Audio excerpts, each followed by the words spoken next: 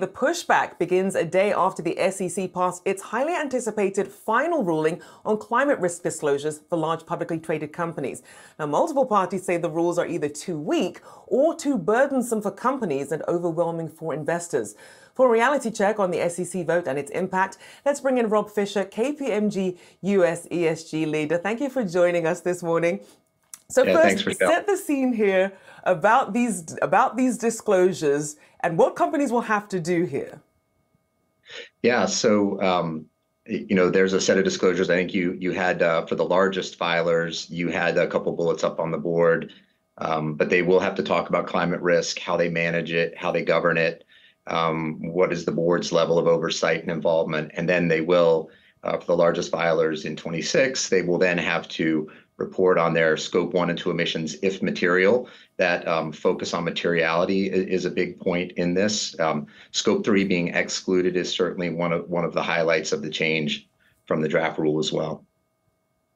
Indeed. For people who aren't familiar with these different emission scopes, so scope 1 comes from direct operations, scope 2 is from the energy that powers those operations, and scope 3, which is where some of the criticism saying that the rule doesn't go far enough, that trickles through the supply chain. That's from company supply chains and end users. Say a car's emissions, and you trail that from the oil company through the petrol company and things like that.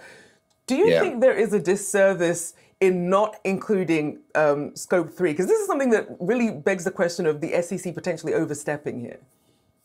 Yeah, well, I think there's certainly, some people think that the law still goes too far. Some people don't believe it goes far enough, and certainly pulling out, value chain emissions, scope 3 is a huge part of that. But the SEC received something like 24,000 comment letters, 4,500 unique letters, and that was certainly the biggest item. So I think it was something they had to look at pretty closely. I think the thing that's getting maybe a bit lost in all of this, Rochelle, is the fact that all of our large multinationals, they operate in the EU. There's already the Corporate Sustainability Reporting Directive there that they'll be needing to comply with. Scope 3 is in. California, as that comes into effect, Scope 3 is in. International sustainability standards around the world that many other countries are going to be adopting, Scope 3 is in. In a lot of cases, it's coming sooner than what would be required for some companies with these SEC disclosures. So in some ways, it's for many of our largest companies, it's a bit of a moot point because they have to do it anyway because of other jurisdictional requirements. And the other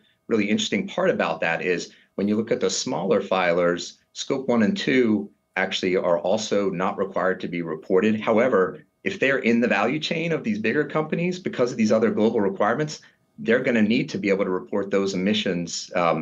Private companies as well. We ourselves actually have to report emissions today to a number of our big clients. So I think that the long game, the big picture on this with the global requirements is that there's still going to be a ton of reporting of scope 3 emissions, and it will trickle down through the global economy.